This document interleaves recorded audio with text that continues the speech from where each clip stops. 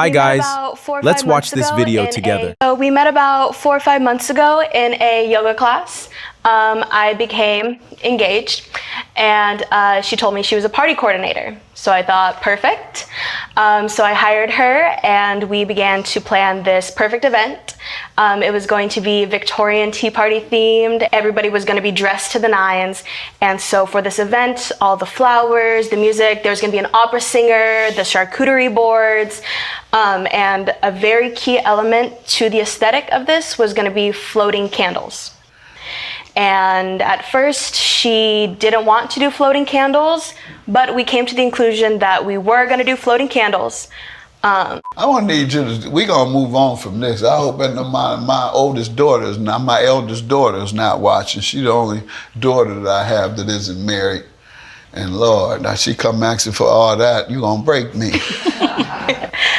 Yeah, so bridal party, it's going to be once in a lifetime. So I did want to go all out, but there's going to be gorgeous floating candles all around. When you say floating, now you talking about floating in the air or floating on water? So we had them hanging on the ceiling and the floor, but floating as in they're in like cylinder vases with water. In the photo, you can see it's gorgeous. I'm trying to conceive of it. Okay, so they're little tea candles floating in water. Wow. And so we agreed upon this beautiful setup. On the day of the event, I came out to see, and I came out to find these cheap LED candles. Those? No. Oh, yeah, those look fine to me. Go ahead. This looked great, right? Yeah. Yeah. So cheap LED looking candles, and Melissa was nowhere to be found. Only her daughter Angie was there. I did have a little Bridezilla moment, not my best moment. Understatement. All right. You attacked my daughter. Let her speak now, so you can give me some background and bring us up to the stage in which she had her moment. She attacked my daughter while I was not there. Let's start at the beginning. So I came early to the event.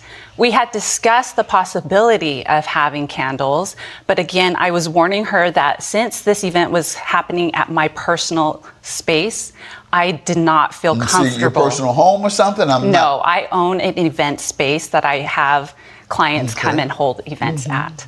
And since it was at my personal space, I continued to caution her against having real flame candles. And so I went early the day of the event and set it all up using the LED candles. They were affordable, but very nice flameless candles. And she attacked my daughter and told her that she needed to replace all the LED candles that had originally been set up and replace them with the flame candles. Okay, where's the guerrilla stuff? All I hear you saying is she's just kind of aggressively said, hey, I need these things out and I need what I paid for. But she did it while I was not there. One of our other friends had baked a cake for this event, one of our other yoga friends, and she unfortunately fell ill. So I had left to go pick up the cake to make sure that it was there at the event for her. So I was gone for just a little bit, and I had left my daughter in charge because everything had already been pretty much done and set up at that point. Okay. How did it affect the dress? You're saying you're suing her about the dress that was ruined, and you say it caught fire. What happened? And get to that. So the LED lights were there. I told Angie to fix it, and she did. This is the photo of what Angie fixed, and it looked beautiful. Like you said, I paid a lot of money for this event, and I wanted it to look exactly as we had planned before the event, not something changed after. And then Melissa comes back from running her errand, and there was a confrontation in front of the guests. About what? About the candles. I thought it had been corrected. Me too. Me too. I'll break this down to you. Yes, because I don't know anything about it. She wanted the real candles. She said the real candles are dangerous, let's do LED candles. They set up the LED candles, and then when she was gone, she came back and replaced them. Changed them to live candles. She bullied my daughter to change it back into this. Change them back to the... How you know I was getting old? I can't understand things as well anymore. You say you're around me a lot. That's why they gave me a raise season 2. So there was a confrontation in front of the guests. And basically, she told me that either she switches the real candles out to LEDs or she's shutting the entire event down. So at that point, I was basically almost at tears. I said, I don't care about candles anymore. I just want my event to go through. So my friends took me to the dressing room, finished getting ready, and once more guests started to arrive, that's when Melissa and her daughter had changed all the flame candles to LEDs, or so I had thought and was told. And so I come out of the dressing room, more guests are there, and that's when I was going to teach everybody the waltz that we were going to do at the end of the night. I walk out, and next thing I know, I am getting bombarded by people. My dress is engulfed in flames, and I am so lucky that your dress is in flames while it's on your body? Yes, and I am so lucky that I didn't end up injured and in flames. Man, I gotta ask the obvious question here.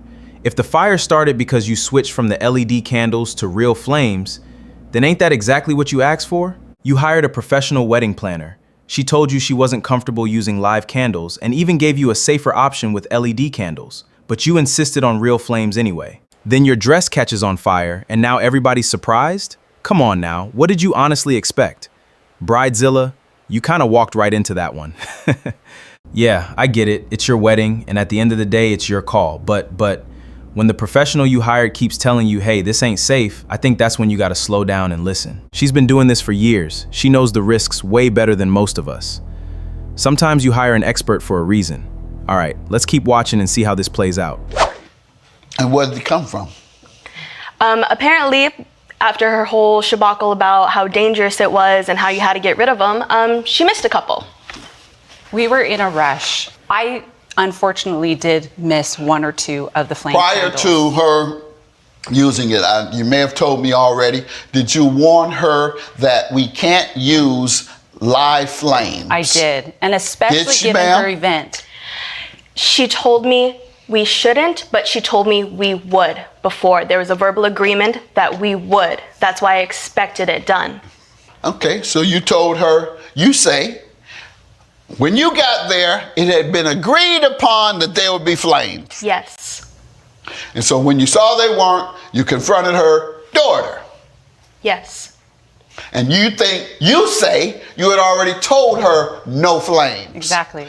So either her cognitive skills are waning and her memory is bad and she doesn't remember that entire scene that you are discussing, or she doesn't remember the most important part of that conversation, and that is no live candles, because for the obvious reasons. Did you tell her it was because of the danger it might pose? I did.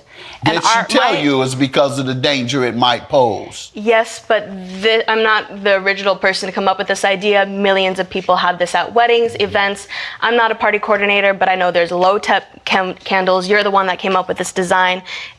Like you said yourself, you're saying it was just C to absolutely not shutting down the event. If it was a no from the beginning, you should have said that from the start. Some of those candles are flame candles.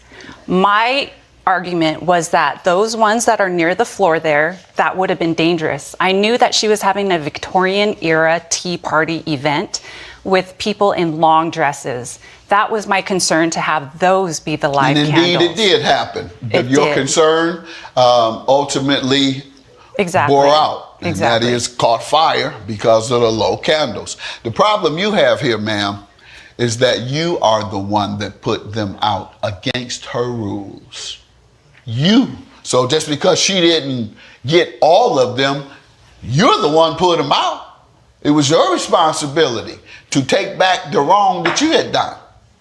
When the daughter came up and said, we got to change it back to LED, quite frankly, you should have helped. He said, okay, let's get this together quick, because I want to make sure that the audience enjoys themselves, so let's hurry up and get this done. Not, okay, you go ahead and do it then.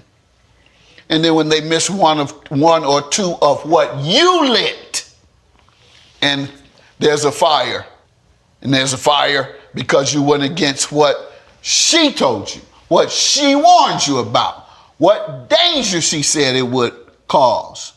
That's why she wouldn't give you live flames. But you went and did it yourself anyway. You assumed the risk.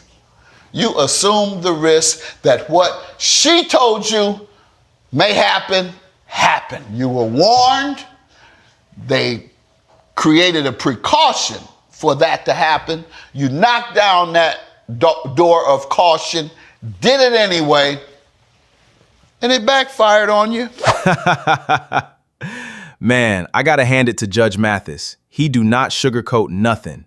He just calls it exactly how he sees it.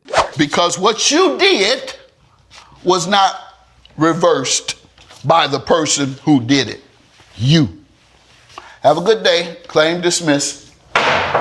All right. Man, you brought this on yourself. Bridezilla. Deal with it. All right, y'all. My YouTube family, I'm trying to hear what y'all think. Drop your thoughts down in the comments. I'm gonna be down there reading and replying. And if you haven't subscribed yet, man, what are you waiting for? You're missing out.